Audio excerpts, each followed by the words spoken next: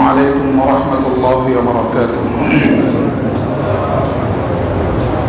نحمده ونصلي على رسوله الكريم أما بعد فأعوذ بالله من الشيطان الرجيم بسم الله الرحمن الرحيم ومن يطع الرسول فقد أطاع الله ومن تولى فما أرسلناك عليهم حفيظا صدق الله العظيم وصدق رسوله النبي الكريم الحمد لله আল্লাহ পাকের অসংখ্য গরিত শুকরিয়া যে আল্লাহ রাব্বুল আলামিন আমাদেরকে আজকে জুমার দিনে তার মহান একটি হুকুম জুমার নামাজ আদায় করার জন্য মসজিদে আসার তৌফিক দান করেছেন। এজন্য আমরা সকলে অন্তর থেকে শুকরিয়া আদায় করি, সবাই বলি আলহামদুলিল্লাহ। আমরা গত 2 সপ্তাহ আলোচনা করতেছিলাম যে রাসূল সাল্লাল্লাহু আলাইহি ওয়াসাল্লামকে মহব্বত করা এটা হচ্ছে ঈমানের শর্ত। ঈমানের যতগুলি শর্ত আছে তার মধ্যে অন্যতম একটা শর্ত হচ্ছে রাসূলকে মহব্বত করা। এবং কেন কি কারণে মহব্বত করতে হবে এই বিষয়গুলো আলোচনা করেছিলাম। আল্লাহ রাব্বুল আলামিন কোরআনের মধ্যে সূরা তাওবা 24 নম্বর আয়াত আল্লাহ তাআলা বলেন যে কুল ইন কানা আবাউকুম ওয়া আবনাউকুম ওয়া ইখওয়ানুকুম ওয়া আজওয়াজুকুম ওয়া আশীরাতুকুম ওয়া আমওয়ালুন ইqtaraftumuha ওয়া তিজারাতুন তাখশাউনা কাসাদাহা ওয়া মাসাকিন তারদাউনাহা। আল্লাহ তাআলা বলতেছেন যে হে নবী আপনি বলে দেন, আপনি বলে দেন ইন কানা আবাউকুম ওয়া আবনাউকুম ওয়া ইখওয়ানুকুম ওয়া আজওয়াজুকুম ওয়া আশীরাতুকুম ওয়া আমওয়ালুন ইqtaraftumuha ওয়া তিজারাতুন তাখশাউনা কাসাদাহা ওয়া মাসাকিন তারদাউনাহা। যে তোমাদের পিতামাতা, তোমাদের সন্তানাদি, তোমাদের ভাই, তোমাদের স্ত্রী, স্বামী স্ত্রী, যদি পুরুষ হয় তাহলে স্ত্রী আর মহিলা হলে স্বামী, ও আশীরাতুকুম তোমাদের আত্মীয় স্বজন, তোমাদের বংশের অন্যান্য লোকজন, ও আমওয়ালুন ইqtaraftumuha এবং তোমাদের উপার্জিত সম্পদ, ও তিজারাতুন তাখশাউনা কাসাদাহা এমন ব্যবসা যে ব্যবসার লস হওয়া তোমরা ভয় করো, মানে খুব এমন ব্যবসা যে ব্যবসার পিছনে তোমরা পরিশ্রম করতেছো, যে ব্যবসা তোমাদের কাছে খুব প্রিয়, ওয়া মাসাকিন তারদাউনাহা এবং তোমাদের বাসস্থান, যে বাসস্থান তোমরা পছন্দ করো, ভালোবাসো। এই যে কয়েকটা বিষয় বলা হয়েছে এগুলি মানুষের সবচেয়ে প্রিয় জিনিস। আল্লাহ তাআলা বলতেছেন যে এই জিনিসগুলি যদি আহাব্বা ইলাইকুম মিনাল্লাহি ওয়া রাসূলিহি ওয়া জিহাদিন ফি সাবিলি, যে এই জিনিসগুলি যদি তোমাদের কাছে প্রিয় হয় আল্লাহ তাআলা এবং তার রাসূল এবং আল্লাহর পথে জিহাদ করার চাইতে, আল্লাহ রাসূল এবং আল্লাহর পথে নিজেকে উৎসর্গ করার চাইতে যদি তোমাদের এই জিনিসগুলি প্রিয় হয় তাহলে কি হবে? ফাতারাব্বাসু হাত্তা ইয়াতি আল্লাহু বিআমরি। আল্লাহ তাআলা বলেন যে তাহলে তোমরা আল্লাহর বিধানের অপেক্ষা করো। আল্লাহর বিধান বলতে এখানে বোঝাচ্ছেন যে আল্লাহ তাআলার শাস্তির অপেক্ষা করো। ফাতারাব্বাসু হাত্তা ইয়াতি আল্লাহু বিআমরি ইন্নাল্লাহু লা ইয়াহদিল কওমাল ফাসিকিন। তারপর আল্লাহ বলতেছেন যে আল্লাহ রাব্বুল আলামিন ফাসিক যারা তাদেরকে হেদায়েত দেন না। দেখেন, যারা এই সমস্ত জিনিসগুলোকে নিজের সন্তানাদি, পিতামাতা, ভাই, নিজের আত্মীয় স্বজন, সম্পদ, ব্যবসা বাণিজ্য, নিজের বাসস্থান সব জিনিসের চাইতে যদি কেউ যদি তার আল্লাহকে, রাসূলকে যদি কম ভালোবাসে, এই জিনিসগুলির চাইতে যদি কম ভালোবাসে, তারা হবে ফাসিক। আল্লাহ রাব্বুল আলামিন তাদেরকে হেদায়েত দিবেন না। তাহলে চিন্তা করেন যে রাসূলের মহব্বত, আল্লাহ তাআলার মহব্বত এটা কত গুরুত্বপূর্ণ জিনিস। হাদিসের মধ্যে এরকম আল্লাহ রাসূল বলেন লা ইউমিনু আহাদুকুম হাত্তা আকুনা আহাব্বা ইলাইহি মিন ওয়ালিদিহি ওয়া ওয়ালাদিহি ওয়ান নাসি আজমাইন। ততক্ষণ পর্যন্ত তোমরা ঈমানদার হতে পারবে না যতক্ষণ পর্যন্ত আমি তোমাদের কাছে বেশি প্রিয় না হব তোমাদের পিতামাতা, তোমাদের সন্তানাদি এবং অন্যান্য সমস্ত মানুষ থেকে। যত মানুষ আছে সমস্ত মানুষ থেকে যতক্ষণ পর্যন্ত আমাদের মধ্যে, আমাদের কাছে রাসূল প্রিয় না হবে, আল্লাহ রাসূল বলছেন ততক্ষণ পর্যন্ত তোমরা ঈমানদার হতে পারবে না। তাহলে বোঝা গেল অন্তরের মধ্যে রাসূলের মহাব্বত থাকা এটা হচ্ছে ঈমানের অংশ। তো এই বিষয়গুলো আলোচনা হয়ে গেছে। তো আজকে আমরা আলোচনা করব যে রাসূলকে মহাব্বত কিভাবে করব, আমরা মহাব্বত করার মাধ্যমটা কি, রাসূলকে কিভাবে মহাব্বত করতে হবে। এটা খুব গুরুত্বপূর্ণ একটা জিনিস। আমরা অনেকেই অনেকভাবে রাসূলকে মহাব্বত করতে চাই। আমরা অনেকেই মিছিল করি রাসূলের জন্মদিন উপলক্ষে, অনেকেই মিষ্টি বিতরণ করি, খাওয়া দাওয়ার আয়োজন করি। এগুলি কিন্তু একটা সুন্নাহর মধ্যে পড়ে না, এগুলি সুন্নতের অন্তর্ভুক্ত না, বরং এগুলি তো রাসূলও করেন নাই, সাহাবা কেরামও করেন নাই। তো এটাকে বেদাত বলা যায়। রাসূলের মহাব্বত আমরা কিভাবে করব, এই জিনিসটা খুব ইম্পর্টেন্ট একটা বিষয়। আমাদের সবার মধ্যেই রাসূলের মহাব্বত আছে, আমরা দাবি করি। যদি জিজ্ঞেস করা হয় যে আমাদের মধ্যে রাসূলের মহাব্বত আছে কিনা, আমরা সবাই হাত তুলব। কিন্তু মহাব্বতটা কিভাবে করব আমরা, এটা আমরা বুঝি না। হয়তো বা কম বেশি আছে, কিন্তু সবার মধ্যে কিছু না কিছু মহাব্বত ইমানদার হিসেবে, মুসলমান হিসেবে সবার অন্তরের মধ্যেই আছে। আবার অনেক মানুষ এরকমও আছে যাদের মধ্যে রাসূলের মহাব্বত সামান্য পরিমাণও নাই, তারা ঈমান দাবি করে আছে, আসলে তারা ঈমানদার না। ওমর ফারুক রাদিয়াল্লাহু তাআলা আনহু তিনি রাসূলকে বলতেছেন, ইয়া রাসূলুল্লাহ, আমি আপনাকে অনেক ভালোবাসি। আল্লাহ রাসূল বলছেন, তুমি কি তোমার জীবনের চাইতে বেশি ভালোবাসো আমাকে? ওমর ফারুক বলতেছেন, ইয়া রাসূলুল্লাহ, আমি আপনাকে আমার জীবনের চাইতে ভালোবাসি কি না এটা আমাকে দেখতে হবে। আমরা হলে ঠিকই বলতাম যে হ্যাঁ আপনাকে অনেক বেশি ভালোবাসি, ভালোবাসি আর না বেশি, মুখে মুখে আমাদের ভালোবাসা সবসময় থাকে। তো আল্লাহ রাসূল বলতেছেন, ওমর, তুমি যদি তোমার জীবনের চাইতে আমাকে বেশি ভালো না বাসো, তাহলে তুমি ঈমানদার হতে পারবে না, পরিপূর্ণ ঈমানদার হতে পারো নাই। ওমর ফারুক রাদিয়াল্লাহু তাআলা আনহু তিনি কিছুদিন পরে আসলেন, এসে বলতেছেন, ইয়া রাসূলুল্লাহ, আমি আজকে নিশ্চিত যে আমি আপনাকে আমার জীবনের চাইতে বেশি ভালোবাসি। আল্লাহ রাসূল বলতেছেন, এখন তুমি পরিপূর্ণ ঈমানদার হইতে পারলা। তো এই ভালোবাসাটা কেমন হওয়া উচিত, কিভাবে ভালোবাসা প্রকাশ করব? মুফাসসিরগণ তাফসীর কিতাবে, মুহাদ্দিসগণ বিভিন্ন হাদিসের ব্যাখ্যার মধ্যে কয়েকটা পন্থা বলছেন। এরকম 6টা পন্থা পাওয়া যায়।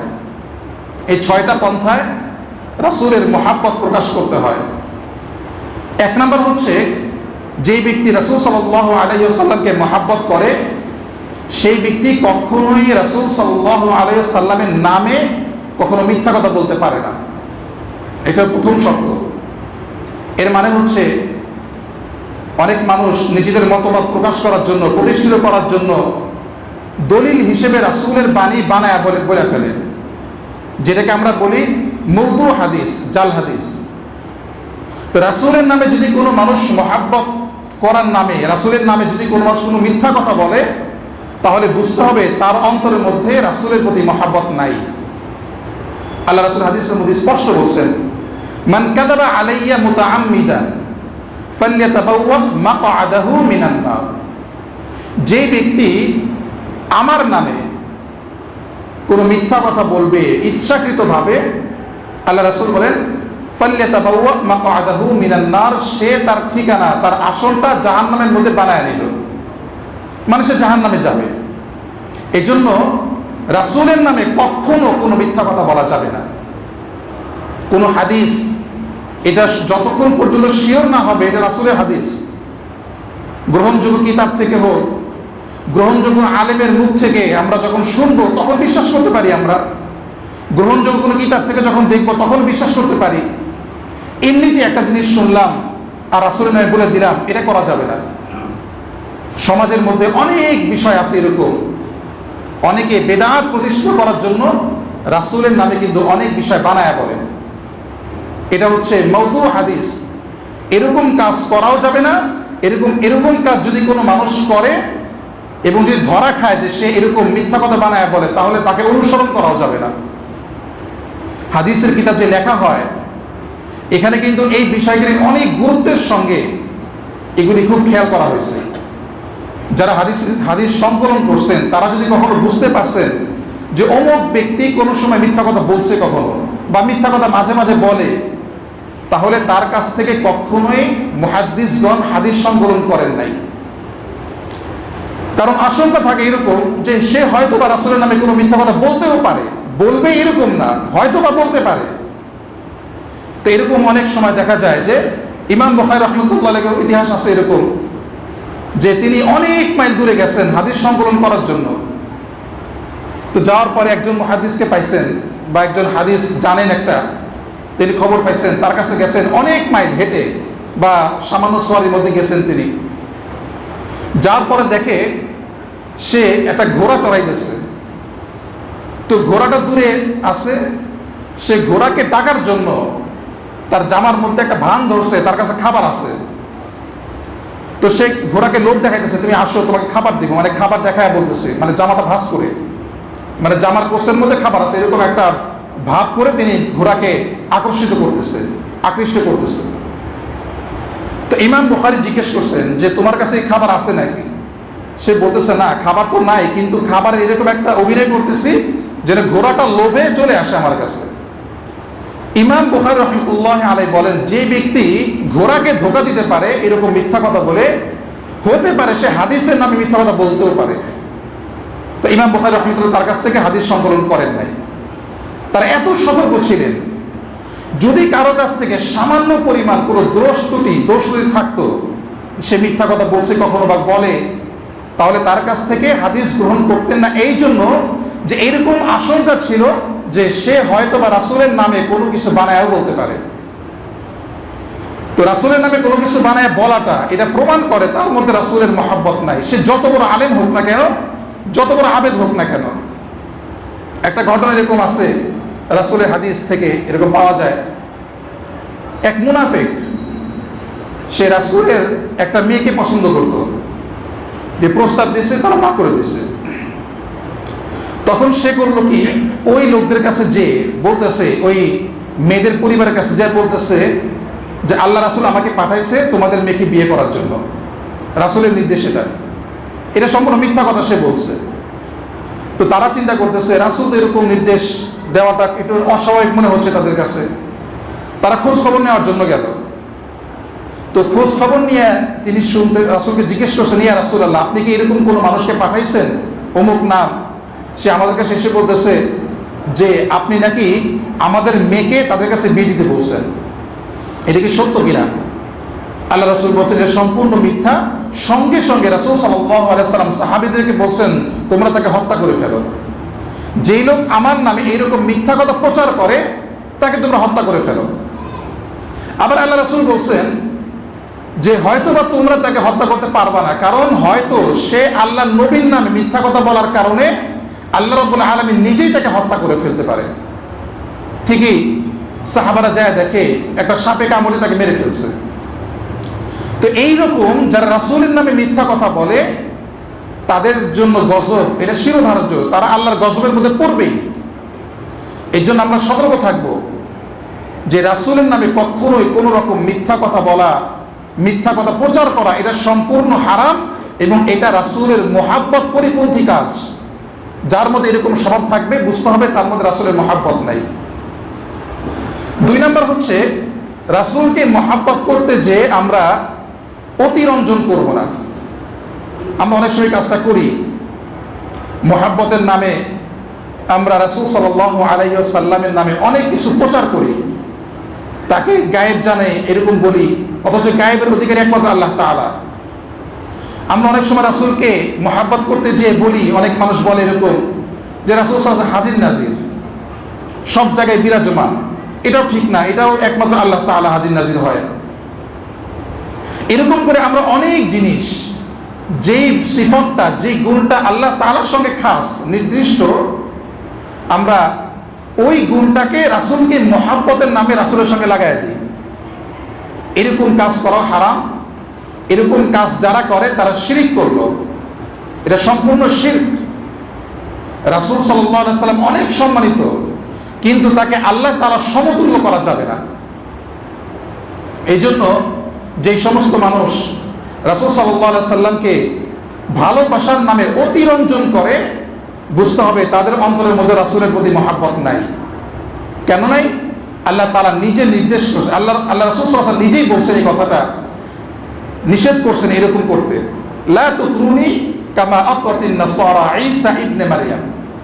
আল্লাহ রাসূল বলেন যে লা তুতরুনি, তোমরা আমার ব্যাপারে কখনো সীমা লঙ্ঘন করবে না, কখনো সীমা লঙ্ঘন করা যাবে না। কামা আতরাতিন নাসারা ঈসা ইবনে মারইয়াম, যে যেমনি ভাবে খ্রিস্টানরা ঈসা আলাইহিস সালামের ব্যাপারে সীমা লঙ্ঘন করছে। কিভাবে সীমা লঙ্ঘন করছে? খ্রিস্টানরা বলতো যে ঈসা আলাইহিস সালাম আল্লাহ তাআলার পুত্র ছিল, তার সন্তান ছিলেন, যে এরকম করে তারা ঈসা আলাইহিস সালামকে মহাব্বতের নামে আল্লাহর সঙ্গে শরীক করছেন। এই যে সীমা লঙ্ঘন তারা করলো, তোমরা কোনোভাবেই আমার সঙ্গে আল্লাহর সিফাতের কোনো সীমা লঙ্ঘন করো না, আমার সঙ্গে এমন কোনো গুণ জুড়ে দিও না যেটার সঙ্গে আল্লাহর গুণটা একদম স্বতন্ত্র, মানে আল্লাহর সঙ্গে শরীক হয়ে যায়, এরকম তোমরা কোনো সময় শিরিক করো না, সীমা লঙ্ঘন করো না।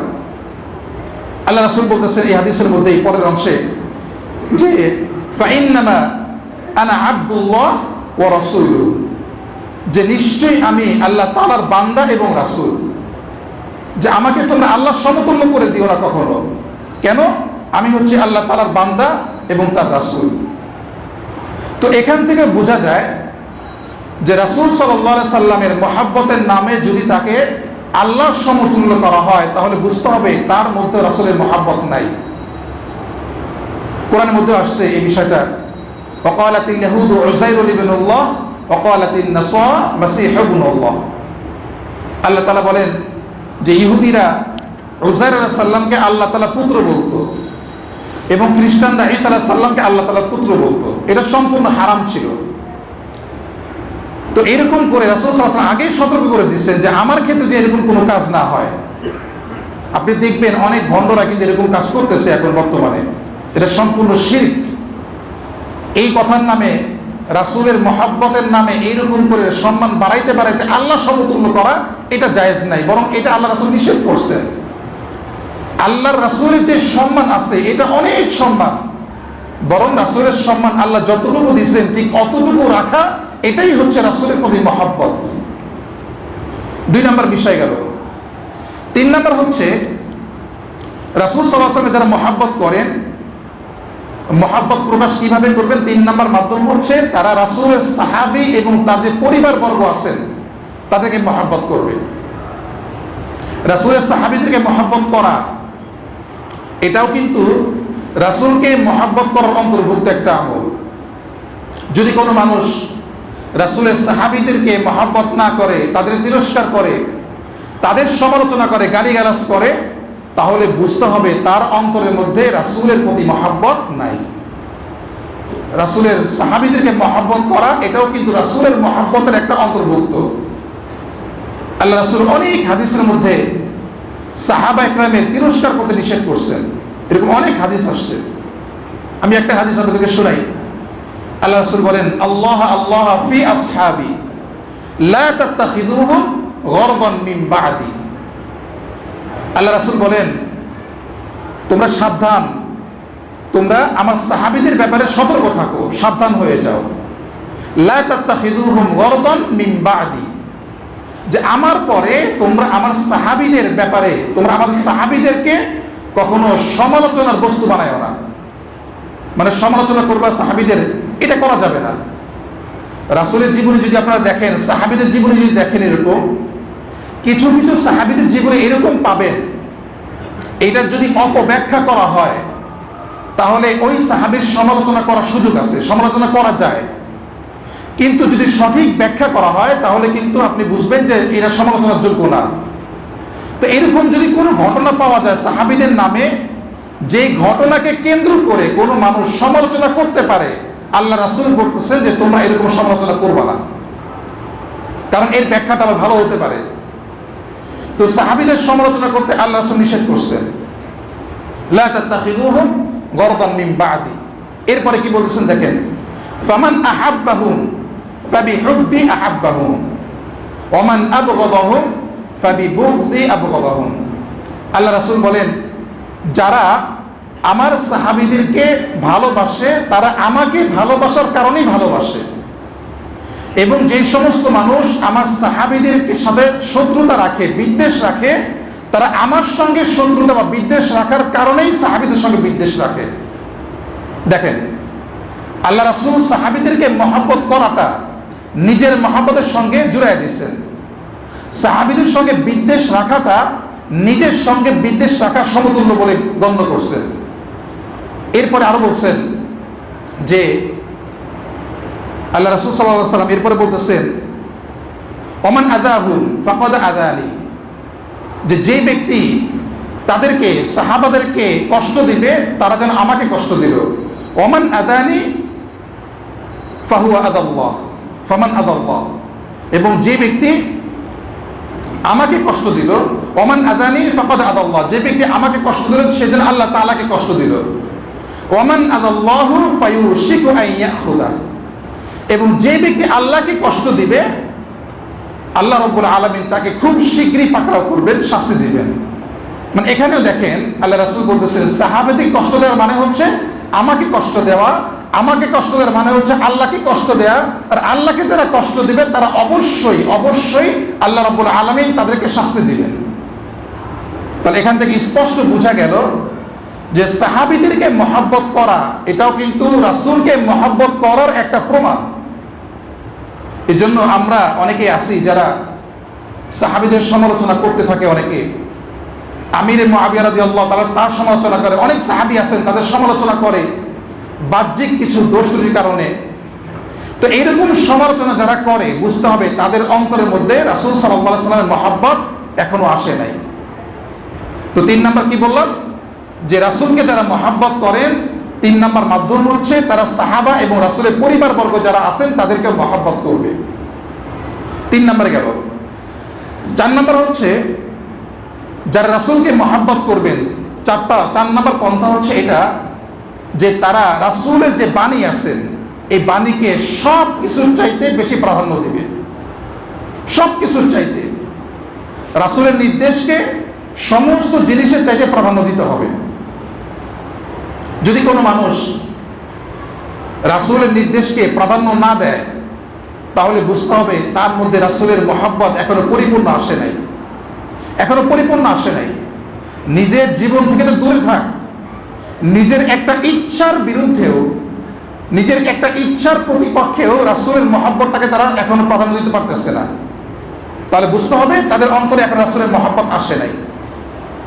আমাদের সমাজে অনেকেই আছি যে সমাজের তিরস্কারের ভয়ে আমরা রাসূলের সুন্নতকে ছেড়ে দিই। আমরা অনেকেই দাড়ি রাখি না, চিন্তা করি মানুষ কি বলবে, এরকম চিন্তা করি। আমরা অনেকেই দেখা যায় টাকনুর নিচে কাপড় পরি, অথচ এটা হারাম সম্পূর্ণ। রাসূলের নির্দেশ টাকনুর উপরে কাপড় পরা, এই যে একটা বিধান, আমরা অনেকে চিন্তা করি যে মানুষ কি বলবে যদি খ্যাত বলে আবার।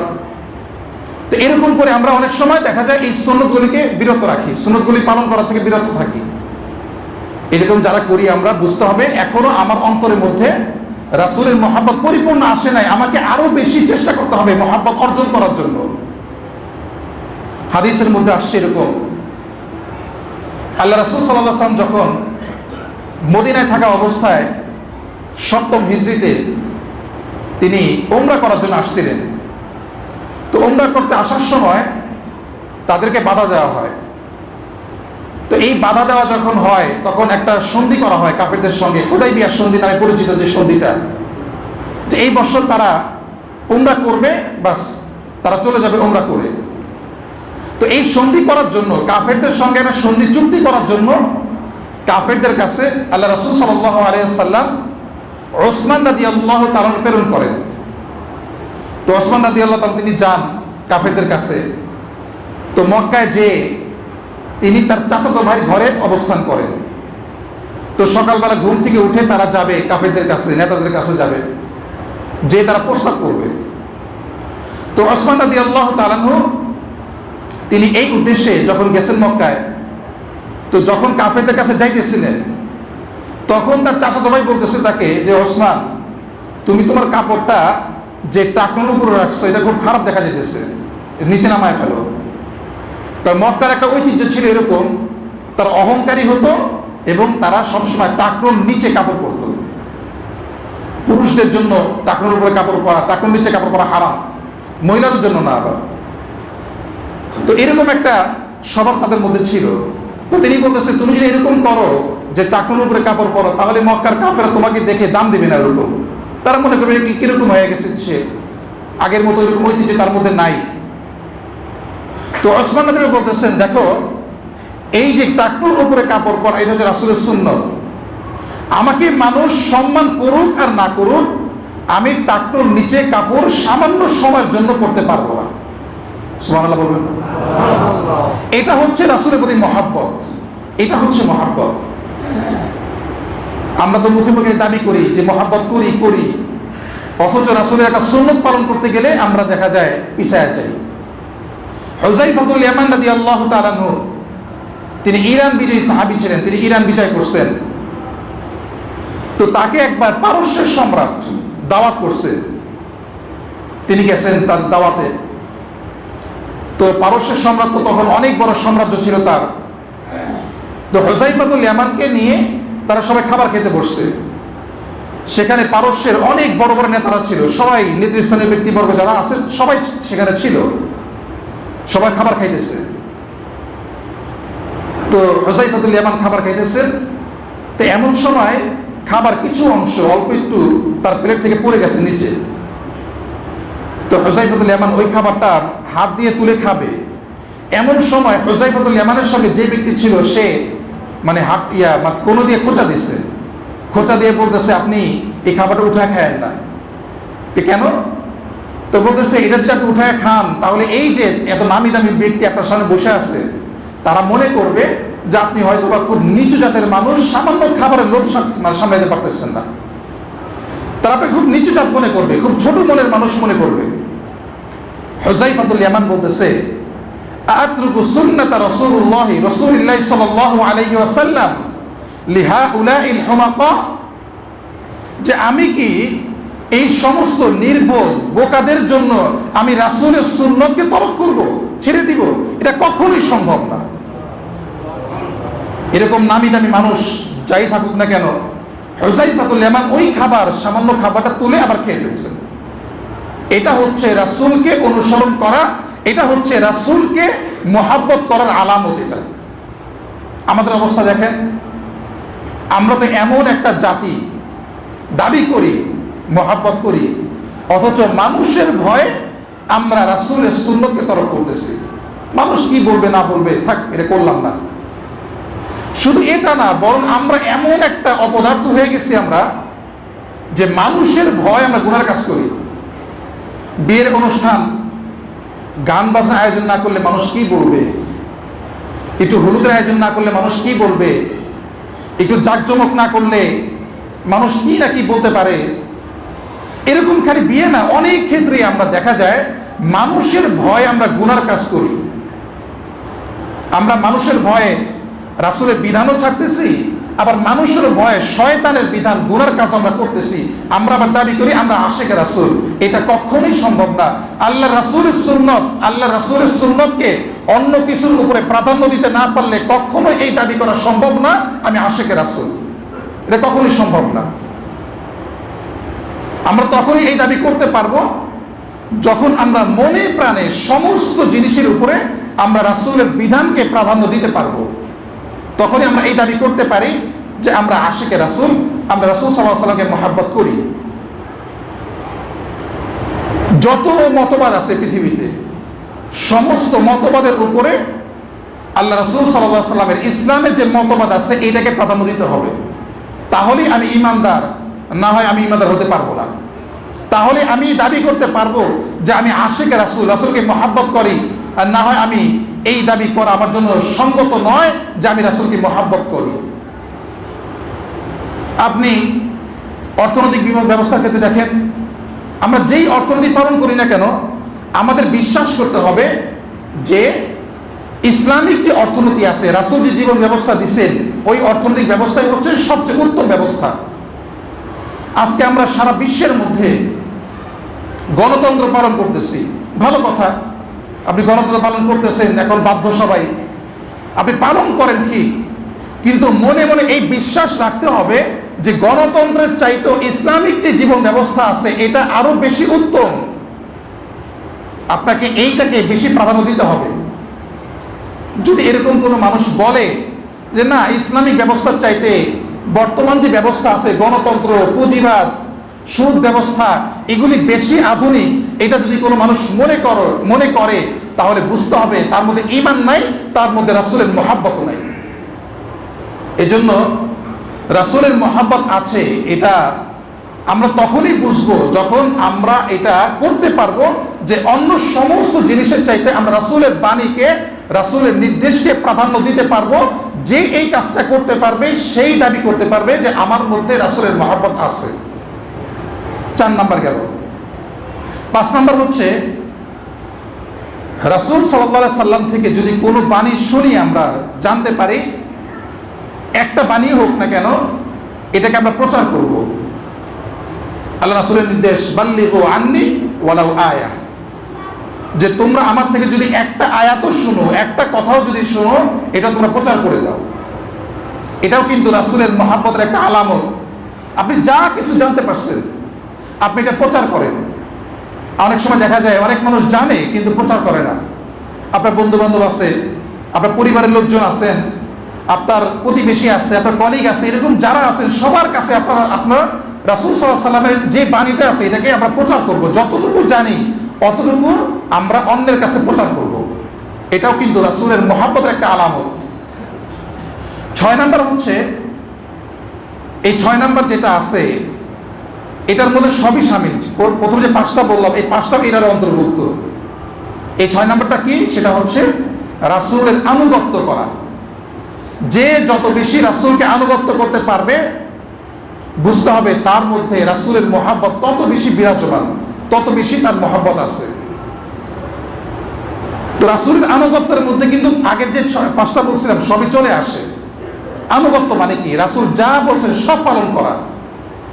আমরা যে আগে বলছিলাম রাসূলের নামে মিথ্যা কথা বলা যাবে না, রাসূলকে মহব্বত করতে যে অতিরঞ্জন করা যাবে না, রাসূলের বাণীকে সমস্ত জিনিসের চাইতে বেশি প্রাধান্য দিতে হবে।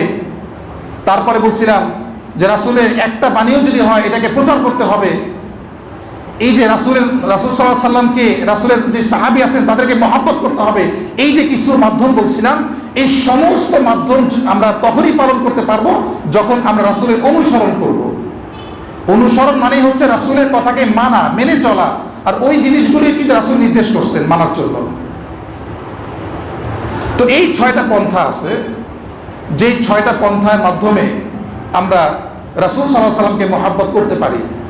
তো 6 নাম্বার কি বলছিলাম? যে রাসূলের অনুসরণ করা।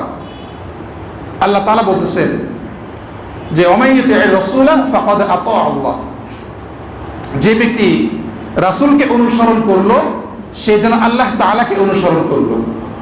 এর কারণটা কি?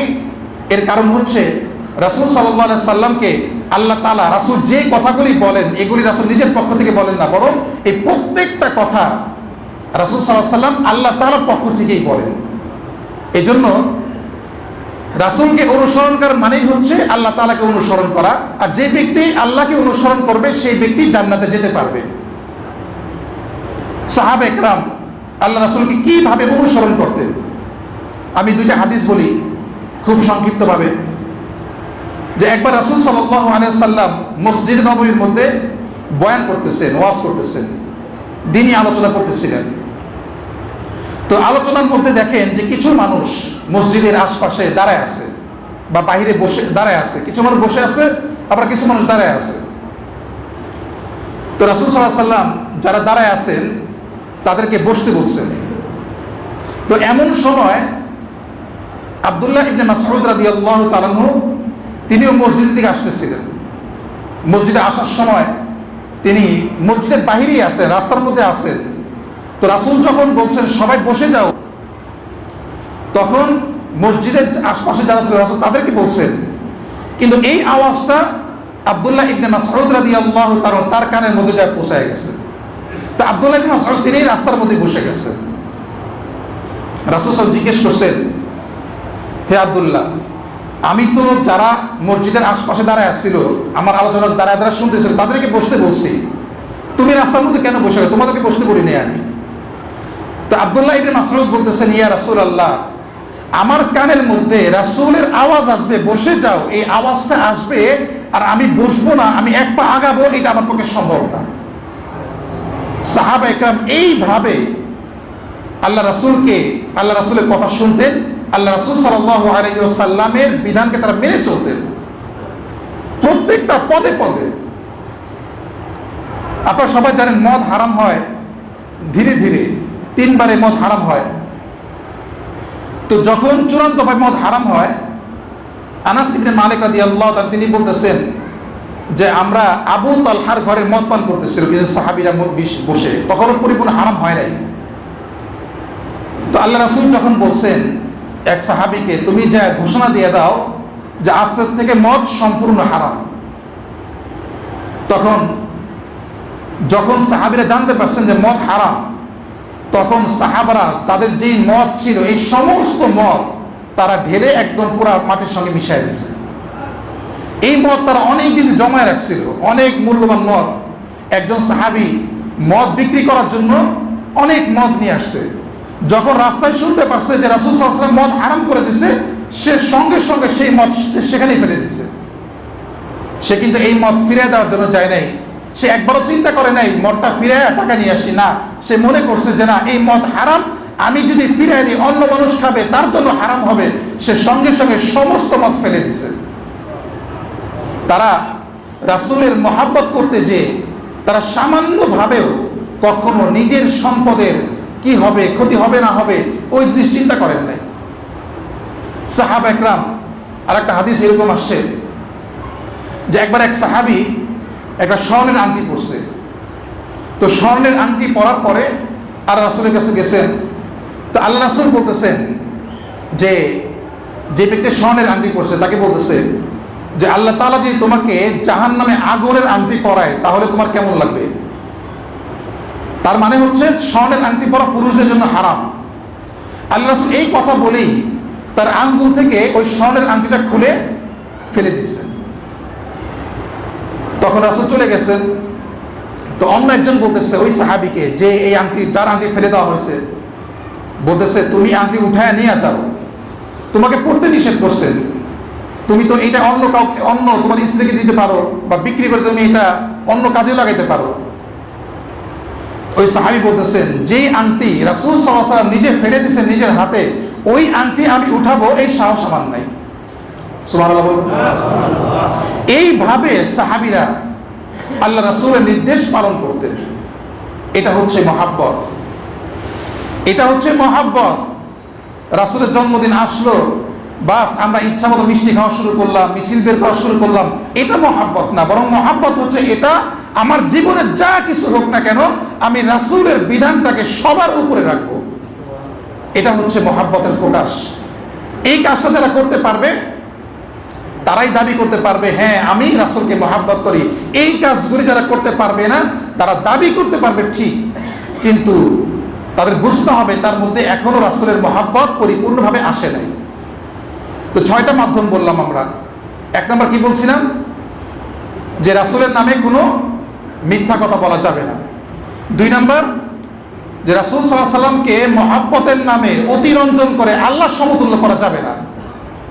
এগুলি যারা করবে তার বুঝতে হবে তাদের অন্তরের মধ্যে রাসূলের মহব্বত নাই। 3 নম্বর হচ্ছে সাহাবা একরামকে, রাসূলের যে সাহাবা আছেন তাদেরকেও মহব্বত করতে হবে, এটাও রাসূলের মহব্বতের একটা অন্তর্ভুক্ত। 4 নম্বর, সমস্ত মতবাদ, সমস্ত জিনিসের চাইতে রাসূল সাল্লাল্লাহু আলাইহি সাল্লামের যে বাণী আছে, মতবাদ আছে, সেটাকে সবার উপরে রাখতে হবে, সেটাকে সবচেয়ে বেশি প্রাধান্য দিতে হবে, রাসূলের বাণীকে বেশি প্রাধান্য দিতে হবে। কয় নাম্বার গেল? 4 নাম্বার। 5 নাম্বার, যে রাসূল থেকে যদি আমরা একটা কথাও শুনি, যতটুকু শুনবো আমরা সেটাকে প্রচার করব, অন্যের কাছে পৌঁছে দিব। 5 নাম্বার। 6 নাম্বার হচ্ছে আমরা পরিপূর্ণভাবে রাসূল সাল্লাল্লাহু আলাইহি সাল্লামকে অনুসরণ করব। কখনোই আমরা চিন্তা করব না এটা যে আমার কি হবে, আমার তো সমাজ কি বলবে, মানুষ কি বলবে, মানুষের চিন্তা বাদ দিয়ে আমরা একমাত্র রাসূল সাল্লাল্লাহু আলাইহি সাল্লামের যে মতবাদ আছে, আল্লাহ রাসূল সাল্লাল্লাহু আলাইহি সাল্লামের যে আদর্শ আছে সেটাকে মেনে চলবো। এটাই হচ্ছে রাসূলকে মহব্বত করার সবচেয়ে উত্তম মাধ্যম। তো এই 6টার মধ্যে যদি এক কথায় আমরা বলি তাহলে এটা বললেই হয় যে রাসূলের আনুগত্য করা। অনুসরণ করা, এই রাসূলের আনুগত্য 6 নম্বর যেটা বলা হয়েছে, এটার মধ্যে কিন্তু প্রথম যে 5টা আছে সব অন্তর্ভুক্ত হয়ে যায়। এজন্য এক কথা যদি আমরা বলি তাহলে বলতে পারি এটা যে রাসূলের মহাব্বত দাবির মাধ্যমে হয় না, রাসূলের মহাব্বত অনেক আয়োজন করার মাধ্যমে হয় না, রাসূলের মহাব্বত বড় বড় মিছিল বের করার মাধ্যমে হয় না, রাসূলের মহাব্বত একটা কাজের মাধ্যমে হয়, সেটা হচ্ছে রাসূলের আনুগত্যের মাধ্যমে। ঠিক কিনা বলেন? আপনি বলেন তো রাসূলের মহাব্বত কিসের মাধ্যমে হয়? জোরে বলি, রাসূলের মহাব্বত কিসের মাধ্যমে হয়? রাসূলের আনুগত্যের মাধ্যমে হয়। আল্লাহ রাব্বুল আলামিন আমাদের সবাইকে রাসূলের আনুগত্য পরিপূর্ণভাবে করার তৌফিক দান করুন। ওয়া আখির দাওয়ানা আলহামদুলিল্লাহি রাব্বিল আলামিন।